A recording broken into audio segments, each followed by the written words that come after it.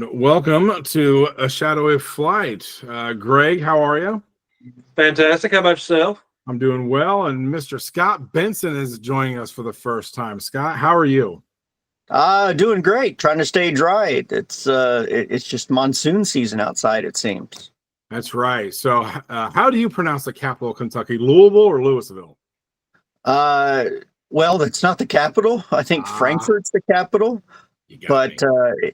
it's Louisville, Louisville. Louisville.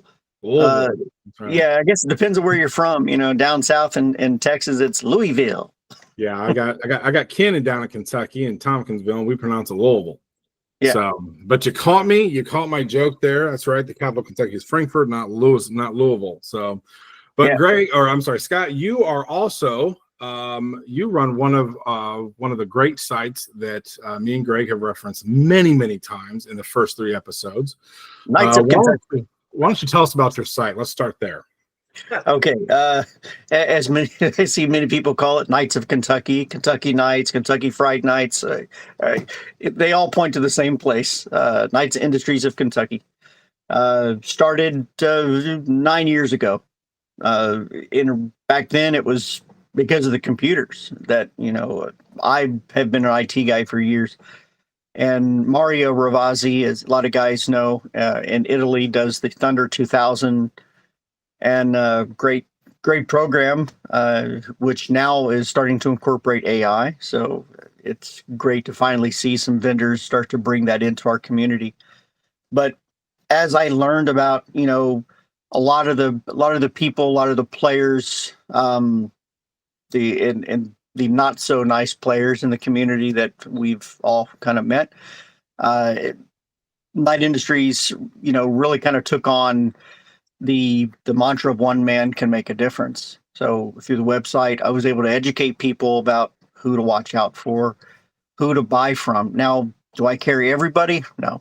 Some people don't want to be on there, and that's fine. I'll point to them, say, hey, you know what? I want people to know who they can buy from and who not to buy from, obviously, because they're not safe. I don't say it because I don't like them. I say it because they've proven themselves to be trash. So I want to see people reach their dream of owning one of these beautiful replicas, whether it be kit, whether it be car. At the end of the day, they're keeping, something from our childhood alive. An awesome show that was pure fun, entertaining. I mean, come on. You seeing that beautiful black car, jump over the ravine. It's a beautiful car. And I will admit, I think car is a better looking paint job. But I like the season 4 dash more than I like the paint job. Yep. Yeah. So that's why I'm doing the season 4. I think car is a beautiful paint job. I always have. It's inspired by the 1985 Indianapolis 500 pace car. Being a guy from Indy, maybe that's why. But that car right there. But I love both of them, and I love Carr's voice box. I think his voice box. Wouldn't hurt my feelings to see I wouldn't mind seeing a season 4 dash in a car. I tell you, someday if I hit the lottery, I won't tell anybody, but there will be signs because I'll probably have a deal too. I would definitely convert my season 4 car into a season 4 convertible and build a car. Because I'm one of those weird people that I'm an enthusiast, but I'm also I like as close to of what it was as possible. So that's how I like my car, and that's just me. That's not for everybody by any stretch of the imagination. Because as me and Scott jokingly said, there's more than one way to skin a kit. So however you want. Because there's a lot of ways out there to do it, which we'll get to that a little bit later in the episode. I'm going to have something to shout out for. But so today we want to talk about, because Scott, you have built how many cars? I have built 2 complete, and then I had 2 replicas, and then I have one in the garage now. So Michael Christensen's. So and yours is complete. Tell me a little bit about your car. Let's start there a little bit. Your personal vehicle. I don't think we're ever actually complete. Like any old car, you're always tinkering. I mean, for the, taking it out and showing it, stuff like that. Yeah, as far as, fans are concerned, it's complete. But for us, Mine is based on a 1991 Pontiac Firebird convertible. Found it down in Boca Raton, Florida, or just south of Boca Raton. My first car was an 88. It was 98% complete. It lacked a paint job. And on the way home from the 2016, I believe, Southern Nights, I was involved in a wreck 5 minutes from my house, and that totaled out the car. So, are you telling me, did you get sprayed with some molecular decohesion something and the blonded shell didn't work? Yeah, somewhere, I guess it was going through Tennessee. I ran through a puddle of something. I don't know what the hell it was. I just kind of brushed it off. I ran through a car wash real quick, sprayed it down. Didn't think anything of it. I just wanted it to look nice.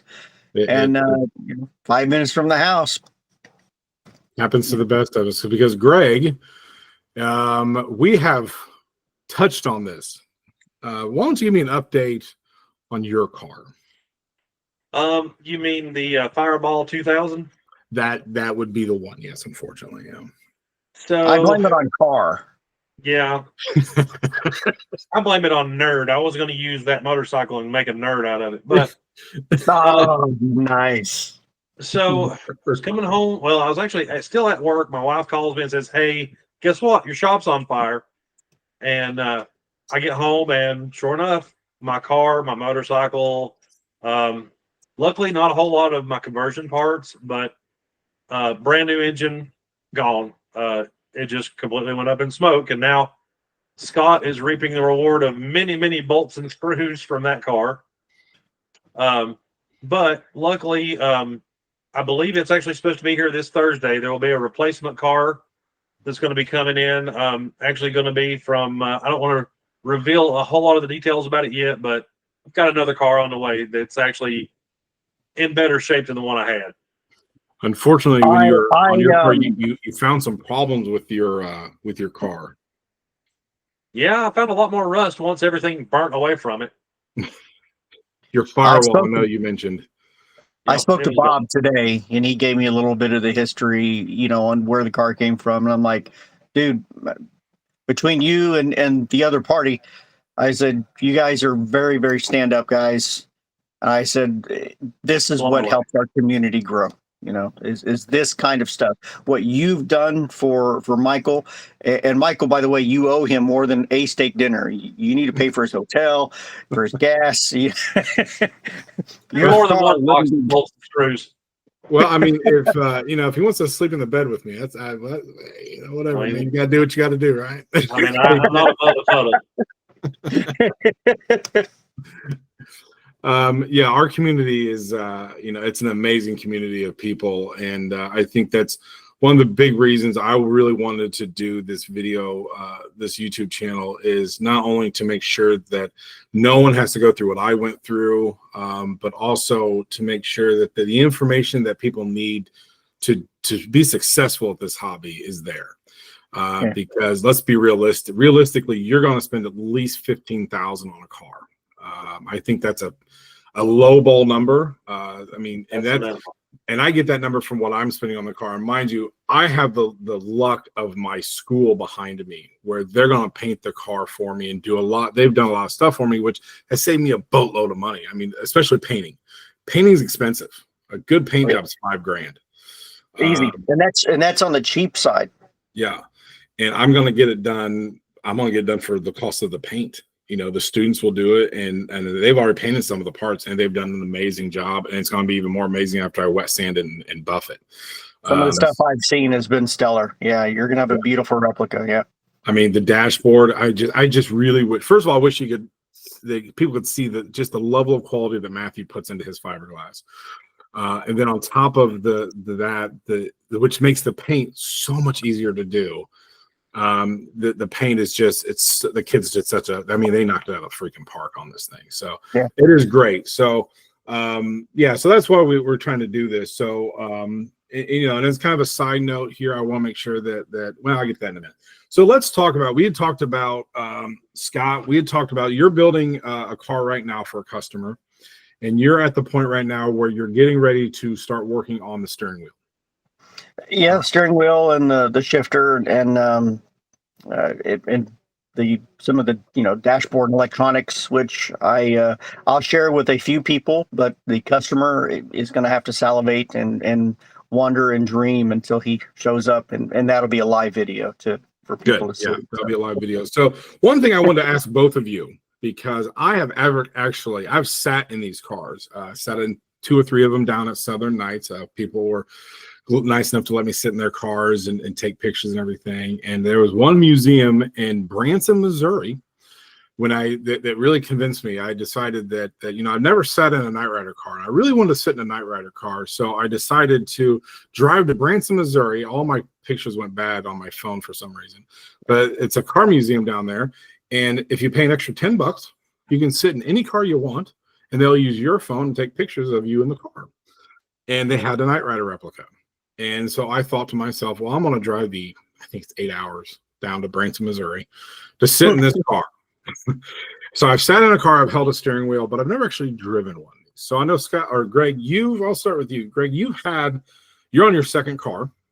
You've had your first one, it's sold, and you don't know what happened to it now. But what was it like driving that car? And do you think it's going to be different compared to driving your next car, the newer cars, with some of the things that may have changed?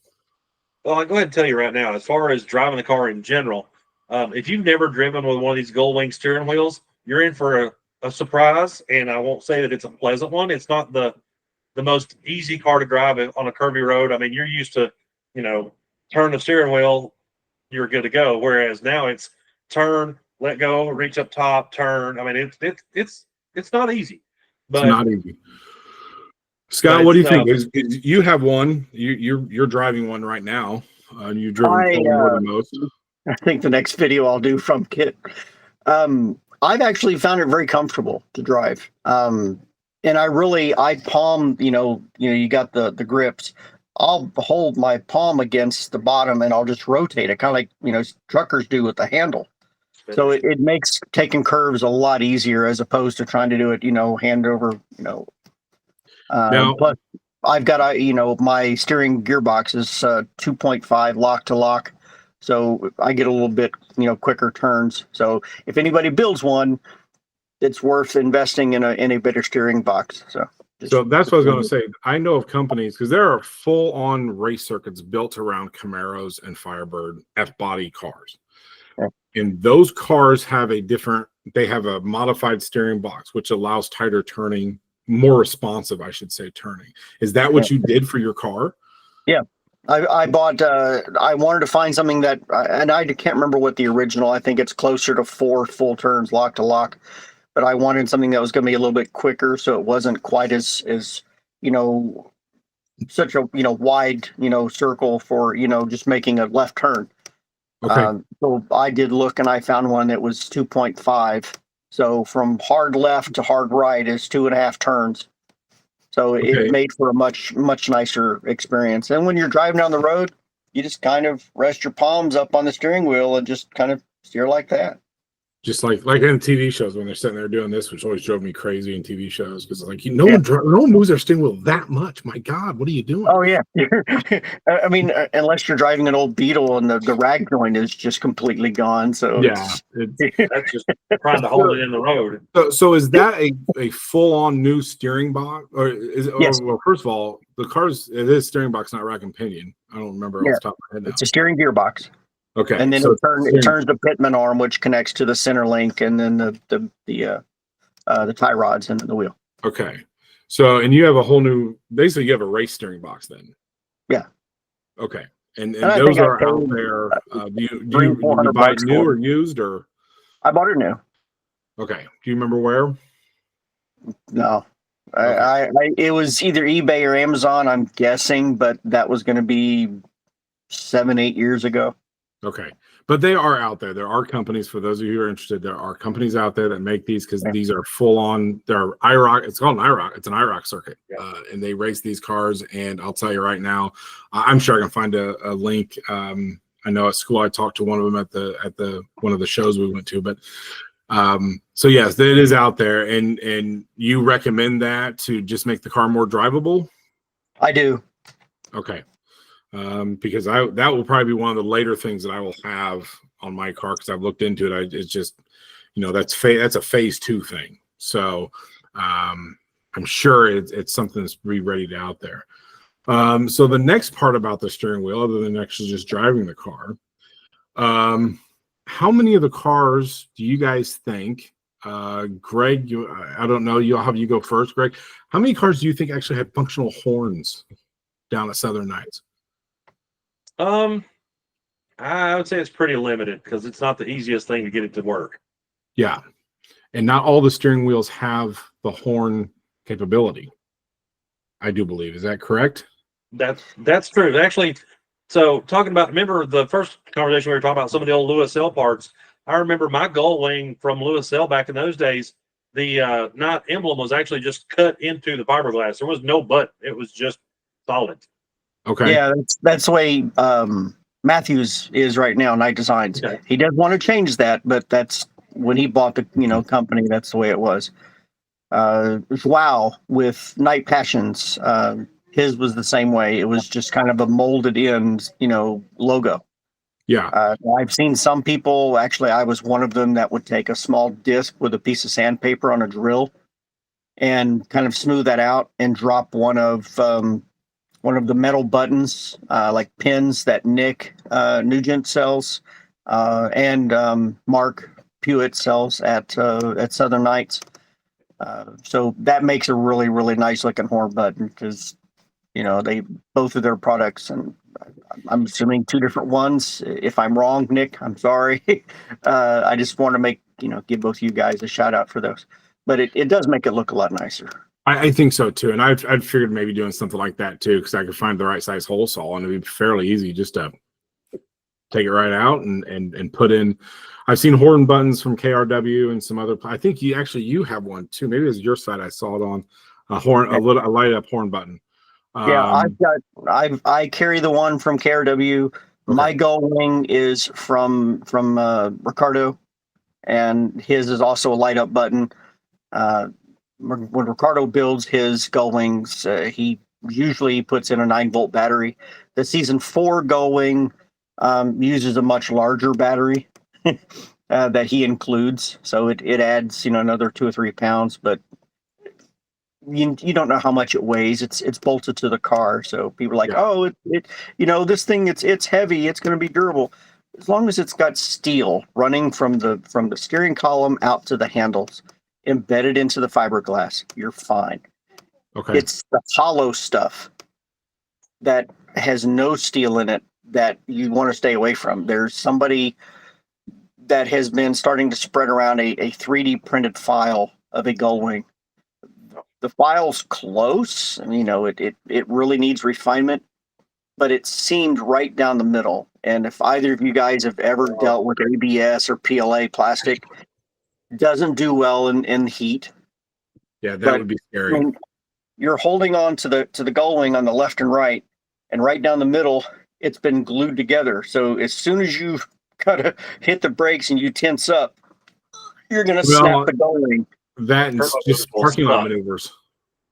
So it's great for a piece that you're going to take to a convention and get somebody to sign and set it on a shelf. It's perfect for. Because who wants to pay $600, $800, $1,000 for a gull wing just to have autographs on it and then set it on a shelf? I concur. That is probably what it should be used for, I think, as a safety precaution. Because even during parking lot maneuvers, you're putting a lot of stress on you're putting a lot of work in. Your car is doing most of the work, but during parking lot maneuvers, that's a lot of extra stress that you don't realize you're putting on your steering wheels. And steering wheels always do have steel embedded in them. That's how heated steering wheels work. They just heat up the steel. So trust me, I know. I hate heated seats, but I love my heated steering wheel. I'll tell you that right now. I drove with Peter Kiss many times in his old Nissan Titan, and he had heated steering. And we'd stop for gas or whatever, and he'd get out, and I'd reach over and hit the button before he got back in. So we're driving, he looks at me, he's like, "You a-hole," and he hits the button to shut it off.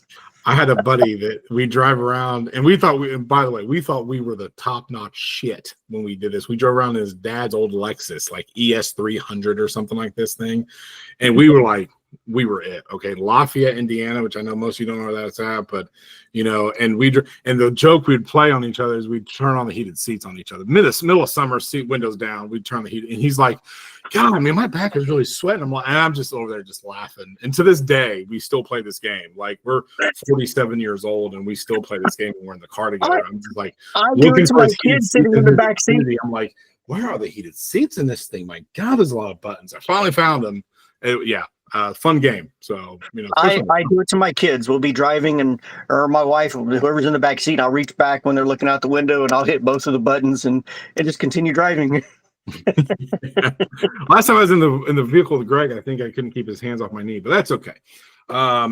It happens. I mean, this face, come on. So, hey, there were a few people at Southern Nights that were kind of eyeballing you. So, I could do worse. Okay, I could do worse. So, Michael, so the next thing about the steering wheel, and you touched on a little bit. Okay, so season 1 is a very it's a steering wheel. If you have it, you have a horn, and that's it. Okay, now and you have a hole in the middle of the gullwing. Oh dear God, I hope you don't have a hole. Like, find a piece of tape. Okay, so season 4, Mr. Chaffee redesigned the steering wheel, season 3 he redesigned the dashboard and he redesigned the steering wheel because his thoughts were, first of all, I think that, and we talked about this a little bit last time. I got a really great chance to talk to Mr. Chaffee, Michael, about the redesigns of some of the kit. And, you know, season 4 was a much more realistic, if you're going to build this car in real life, season 4 is a much more realistic design of a dashboard that you would build because you have center information. And as the information goes out, it gets less and less important. And that's how fighter jets are. And that was his inspiration for K.I.T.'s dashboard to begin with. And of course, he makes a good point. If you're driving at 300 miles an hour that K.I.T. does, you're certainly not going to want to take your hands off the steering wheel to push turbo boost or skid mode or oil slick or whatever. You'd have a trigger on your steering wheel. So season 3, they never used them, but they were there. There were supposed to be buttons on the steering wheel. Yeah, it's like a flip-up cover like the fighter jets have for, launching and stuff like that, yeah. So they were thinking it's going to be, that little green was going to be a flip-up. I didn't realize that. Yeah. Okay. That's why they're on the inside or the outside, because the way your hands are, you can flip them up and then squeeze them, left and right. And then you had the ones that were on the inside, so I'm not certain how those were supposed to, be triggered, going off what Michael had designed back then. Yeah. But it is an iconic look. I have it on mine. I had to. So those lights on the steering wheel, and even the horn light, right now, the way I think most people have them built, you have to make a choice as far as if you want that horn insignia to light up, which is the night button. If you want that to light up, you're gonna have to sacrifice having the horn, because right now the only way to get power from the car up through the steering wheel is through the clock spring, which most cars you only have the horn wiring through the clock spring, unless you had an airbag you removed. Then you have an extra 2 wires, so a total of 4 through the clock spring. For those of you who don't know what a clock spring is, I'm sure all of you have horns on your steering wheel. Just real quick side note here. The clock spring allows those wires to turn as you turn your steering wheel and not tear apart those wires inside the car. That's called a clock spring. I don't know why, but it is. So you only have a maximum of maybe 4 wires. I've actually got the horn button assembly in Michael's car that I've got to put in, and if I had thought about it, I would have brought it up with me to kind of show it. I will grab pictures. It's right there now. Actually, it's usually right here because I haven't figured out how to poof stuff there. I'm working on my editing, people. Give me a shot, okay? I have some surprises at the end of this video for it. So everyone, please watch through the end, because it's kind of like the Marvel movies. You got to sit through all the credits to see the really good tidbits at the very end. You don't have to do that. Michael, Greg is going to be doing some dancing at the end. You don't want to miss it. Yeah, you don't have to sit all the way through the end, but I did add some stuff at the end of this, so it's like that. So you don't have to sit to like the end of the whole thing, no. But if you do, you get like and subscribe, because then you get extra goodies. So bing. Yeah, I figured out how to do that, so I just added that. Okay, so I'm working on that. I'm getting better. I promise you, I'm getting better. Okay. So, but anyway, so those lights right now on the steering wheel, the green lights, everyone is currently doing that the same way, correct? Well, it depends on whose going you have. If you have Ricardo's going, his new one that he ships out actually comes with a larger rechargeable battery. I don't know how long it lasts, but because the lights are all LED, I'm going to say it's going to be a couple months. Probably. But there's only probably 2 lights, not many lights in it. Well, 3. You've got a row of LEDs up both handle, and then you got the single LED and the horn button. Okay. The way the older ones like mine work was just a 9-volt battery powered everything, and there's a switch on the back side that turns it on and off. I do have the horn button. It works because what comes up through the gull wing is just a ground. So it's essentially the button is just a contact. So when you push it, you're we're closing the loop, and it's making the horn blow, because the positive that runs the horn is in the relay, which is going to be down underneath the dashboard. Okay. So it's really simple, and I'll be doing a how-to video here in the next week or 2 that I'll be posting on my YouTube, and then we'll link it over so people can see it. But it's a much simpler process. The quick connect adds a little bit of confusion for a lot of people. They're like, there's a black and a red, and I know that's positive and ground. In most cases, but in most this cases, you hope. But not always. Trust me. I was an electrical expert, and red and black does not always mean ground. I guarantee it. Yeah. When we wire stuff right now, when I wire stuff, it typically is, but blue's remote, yellow's count. Anyway, so and Greg, which steering wheel are you going to go with? Have you decided? I'm going with the fourth season steering wheel. I have yet to decide whose, but I was actually considering putting the horn button in the green buttons, using one of those green lights as a horn button. That's a new idea. That could be. They take a little bit of engineering, but between right now, I don't know if Knight Rider World Giuseppe offers a season 4. So I think the only 2 people that do are Matthew with Knight Designs, and Ricardo.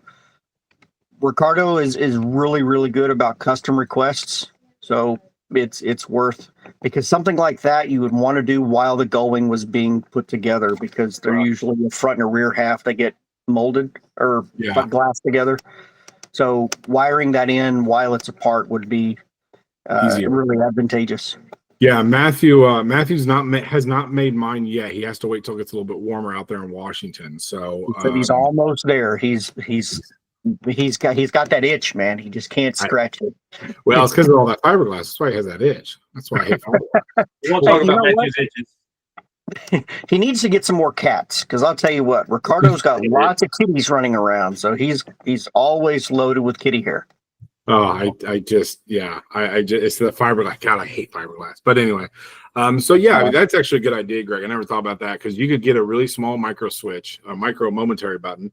It wouldn't be that hard to put in there. You just have to make that. And Michael, or Matthew, I'm sorry, talked to me a lot about, when I was out there at his place, those little pieces of green for those little buttons. Like he has to have those special made. That is not an easy process to get something like that made. For that little bit of plastic, you would think that it's certainly not even close to easy. And so I saw a number of his steering wheels. That's probably the first time I've held one off the car, and yeah, they're quite a bit heavier than you would think. But that's just from the reinforcement inside the steering wheel, and that's what you want to. Like I said, you're not holding. Most steering wheels weigh, I would say, 5 to 10 pounds anyway, depending on what's in them as far as buttons or heat elements and things of that nature anyway. So I've actually got a bag of those little buttons that would be ideal for that. Just little single pole, single throw on-off buttons, but I was trying to find it, but apparently I might have taken them out to the garage. I know what I'm thinking of right now. I'll throw a picture of what I'm thinking of that would work. But I think that but that's a hell of an idea. I like that idea. I mean, worst case, even if you don't go with the button on the steering wheel, it's not like we have a shortage of buttons in these cars. I've seen one. Put a button. I have a guy that I've been just talking with or emailing back and forth with, and I've seen this video a couple times, and it was made originally by a guy at New York. I think it was Kit for Kids, and I believe I've talked with a gentleman before. I think it was an older gentleman, retired police officer, if memory serves.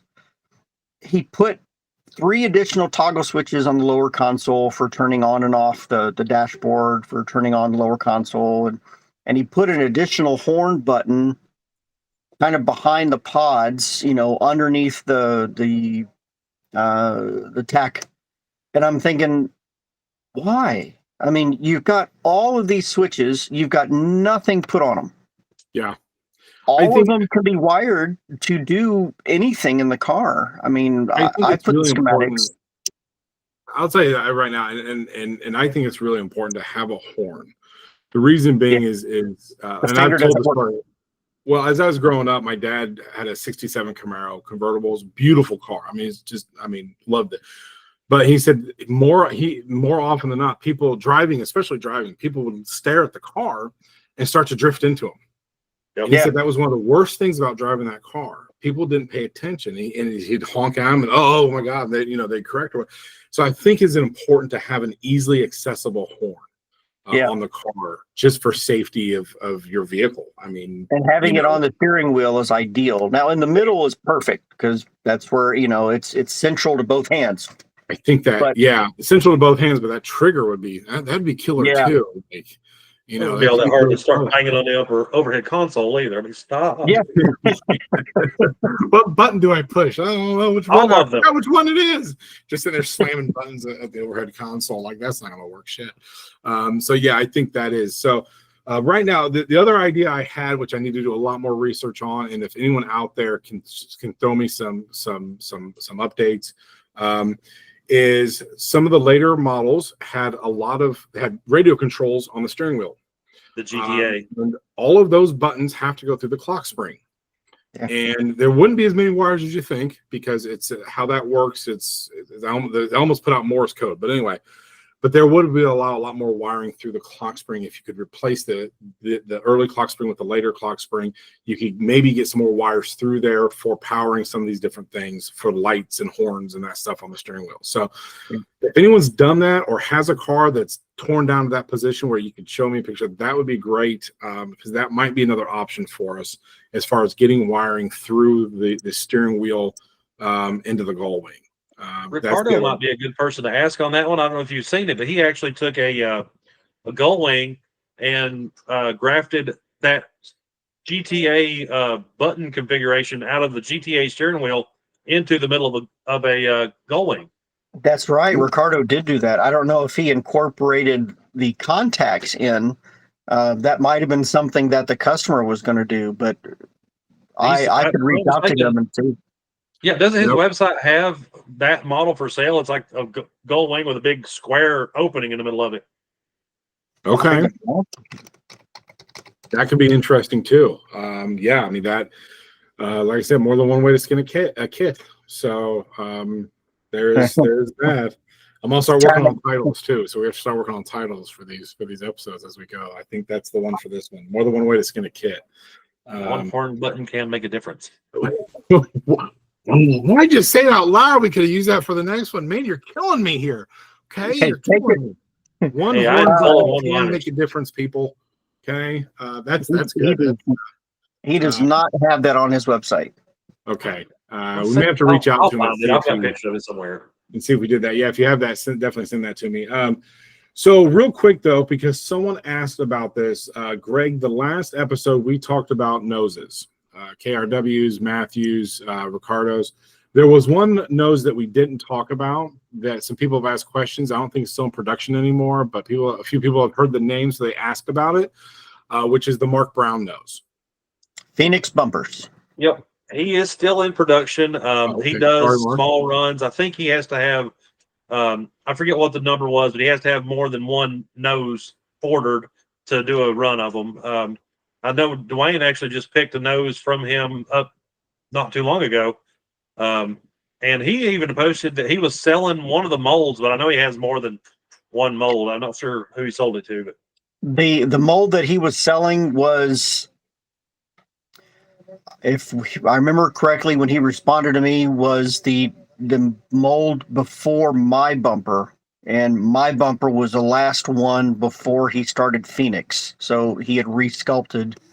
What season is his noses? Is it one and four? Or? He does all three. He does the pilot, and then he also does the SAG. I think it's the season 2, 3 SAG nose. So we know as the season went on, the nose in the front would progressively got a little bit lower, and the gap between the hood and the scanner shelf and the where it meets the headlights got wider, and that's because they were using the rubber noses on the show. Okay. And as heat does, it causes things to kind of warp and deform. That's why the dashboards got so bad in the original cars. Yep. But he meticulously resculpted that from numerous screenshots. Mark Brown is if any of you guys have seen his car, his engine bay. I want that cover so bad.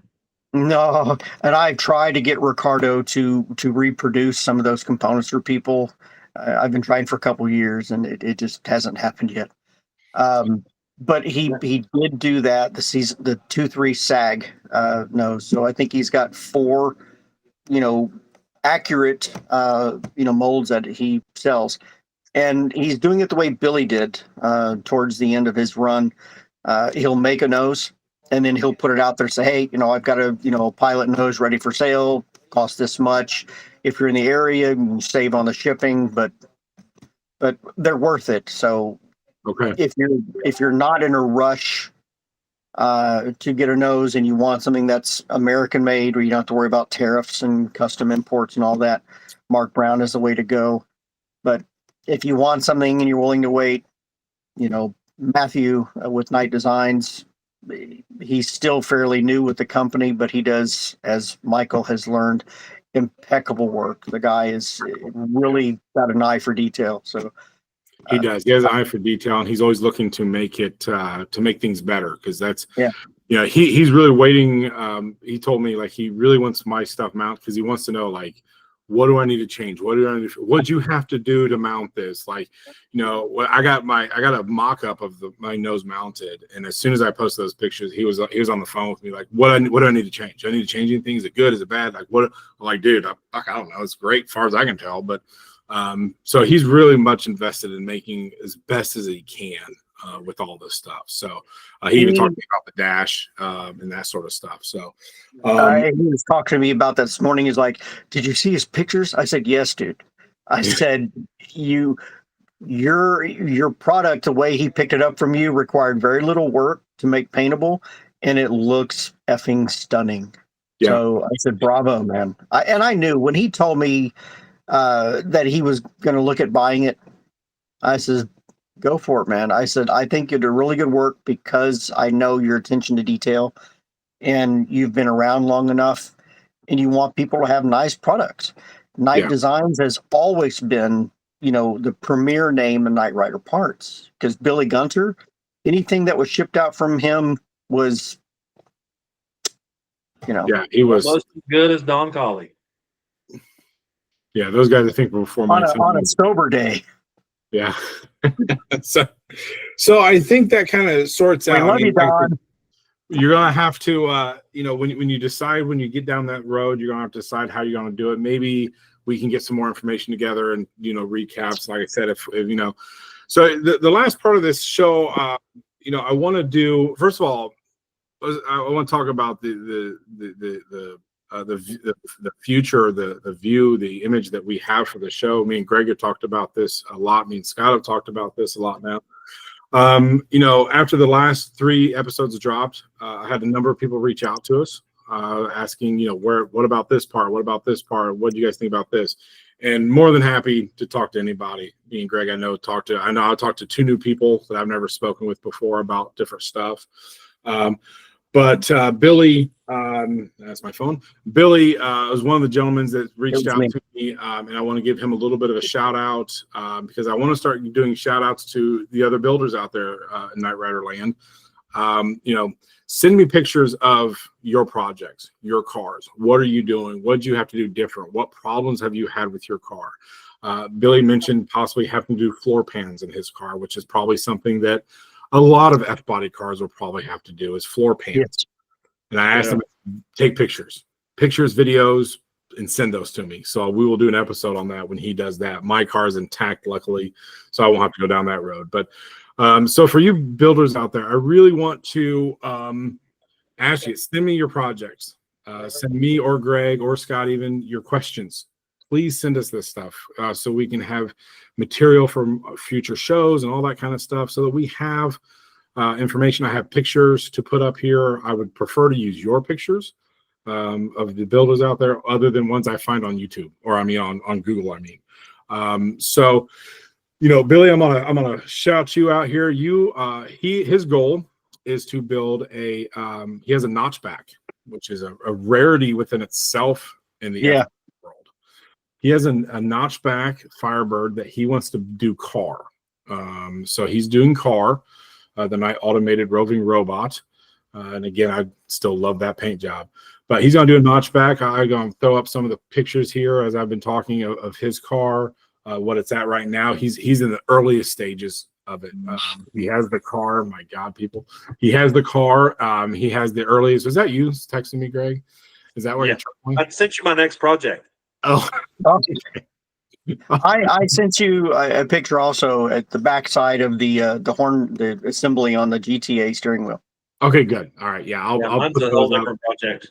I'll put that. I got to start working hard on some of my projects. But right now, for Billy's car, this is where he's at on his car. And like I said, I think the notchback, I think it's a cool looking car, and it's going to be an interesting looking car when he's done. So I'm gonna put those pictures up here, and a shout out to Billy because I've talked to him a lot. Because he's information, and I told him, I said, I'm gonna send you my spreadsheet. I'm a spreadsheet nerd.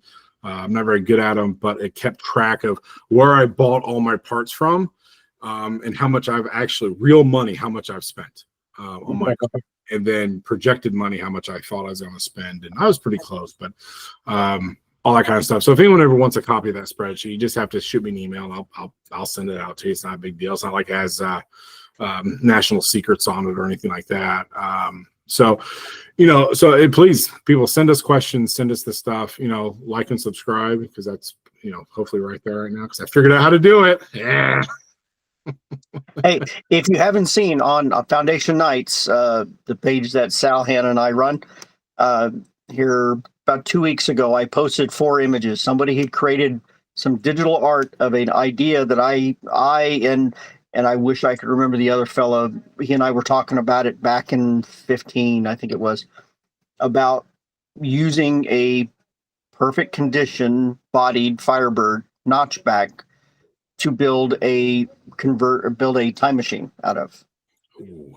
Because the notchback gives the correct shape in the back to be able to put, the plutonium chamber and the vents and everything, whereas the glass on our normal cars does not. And I'd shown basically a rough paint job, or like Microsoft Paint, to Chaffee, and he looked at it and kind of stroked his cheek, thinking, he's like, if you decide to do this, you have my blessing. And the parts fit the car. I mean, so far as the contours of the fenders, the only thing that would really kind of stand out is the front bumper. You could use, a stock one would look closer, but you don't have the gull wing doors. There is a guy out there. It's a blue car, and he made gull wing doors on a 3rd gen Firebird. Really kind of funny looking, but they're fiberglass, but they do fold open. I was like, so it's doable. All you got to do is chase your dreams, guys. Yeah. Get an idea in your head, stay away from the bad players in the community, and don't let anybody hold you back. Yeah. Maybe your wife, obviously, happy wife, happy life. But if you have somebody, who is supportive, like, his, I don't know where you are in the scheme of things. Okay. You know, it's a wonderful thing to do, and enjoy it, because don't rush it. Don't try to build something and say, oh, I have to have it done in 8 months so I can take it to an event. No, don't do that. You're going to rub people the wrong way. You're going to make mistakes, and it's going to be rough. Yeah. And it'll show in your final product.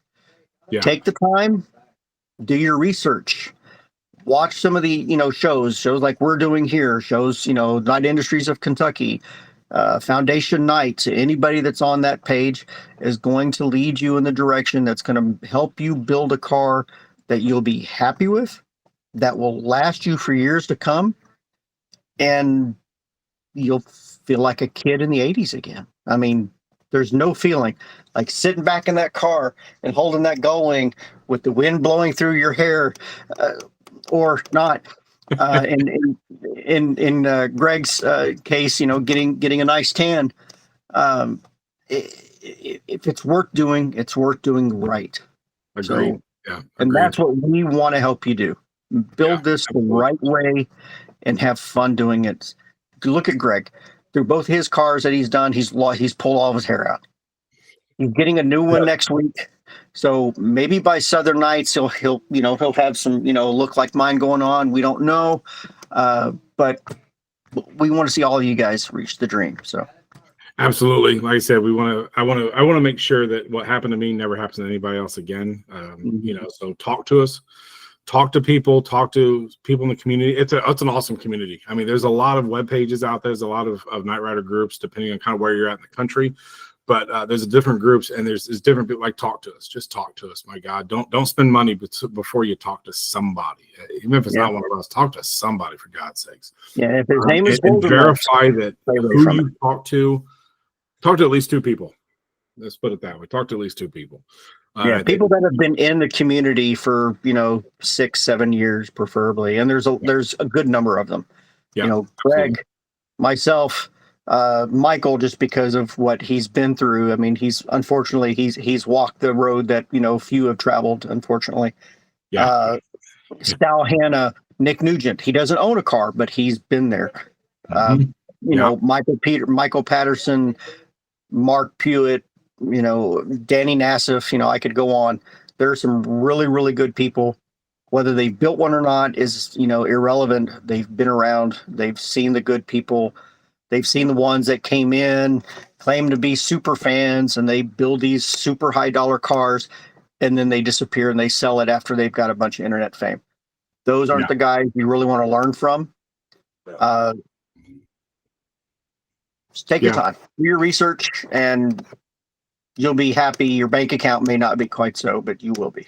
Yeah, my bank account's so pissed at me right now, but that's okay. So, gentlemen, Scott, thank you. Greg, thank you. Myself, thank you. But I think that concludes this episode. So, like I said, talk to us. If you have questions, please send it. If you have vehicles, again, love to do shout outs, show pictures of people's cars, their projects, completed, not complete, doesn't matter. Send me it. I will archive and save all that stuff, and I will do shout outs on every episode for people, and because we want to see what's out there. I mean, we always find cars. They're like, I didn't know that car existed, and there's more cars out there that we know about. So we want to find those cars and give them the fame that they deserve. A lot of the builders can be found on my builders replica map. Because builders who have built and want to be listed, maybe they want people to know, hey, I live in this area, can go there and see where there are other builders around their general area. So it is a helpful tool, especially if you're building. People want to interact with other builders, and if you've got somebody who lives an hour or two, maybe 3 or 4, it's close enough, you can get together once a month and just help each other. Camaraderie. Absolutely. I think that for me, it's always important to be able to put my hands on the car to see physically how someone did it. Pictures are great, but they don't. I'm that guy. I need to be able to look at it and touch it and feel that tactile sensation. I'm that guy. I used to collect Transformers, and it wasn't real to me until I could take it out of the package, which I know you're not supposed to do. but I was very careful, and you can't tell I took them out, but I did. I've got a pair of the little remote control R2 droids. I wanted to play with it so badly, so I got a second one that stays in the box, and the other one sits on the shelf. So yes, buy 2 of them so you can enjoy one and save the other. Absolutely. All right, and that can go for our replica cars. Buy 2, put one on a trailer, make it nice and pretty, and drive the other one around. That's right, because you have to have seatbelts. Laser wheel startle. I'm not going to laser guide. Yeah. No, we're not talking about laser passive restraining system shit. But okay. All right, gentlemen. Thank you. You want one of these sexy, flashy light. Oh yeah, safety first, man. That nobody can hit up Dwayne D-Man Martin. He'll hook you up with some blingy, flashy light goodies. That's right. Who was the hat from, Greg? Dwayne D-Man Martin. He's the one that makes these visors. Yeah. I will put a link in the description. Still working. If you're in the community and you don't know who Dwayne is, you will soon. You will soon. Yes. Yeah, we're gonna get him on here and stuff like that. So, and if you want to maybe be on the show for some reason, let me know. Okay. Yep. So again, everyone, thank you, and we will get this one out soon.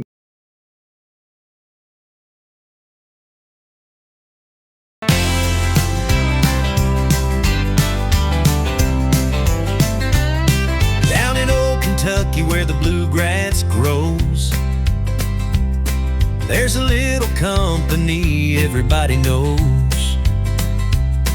Night Industry is the name they bear, bringing K.I.T.T to life with a southern flair. From the ground up they build it right, with flashing red lights that dance in the night. A voice that talks and a motor that hums. Every car they make's a legend on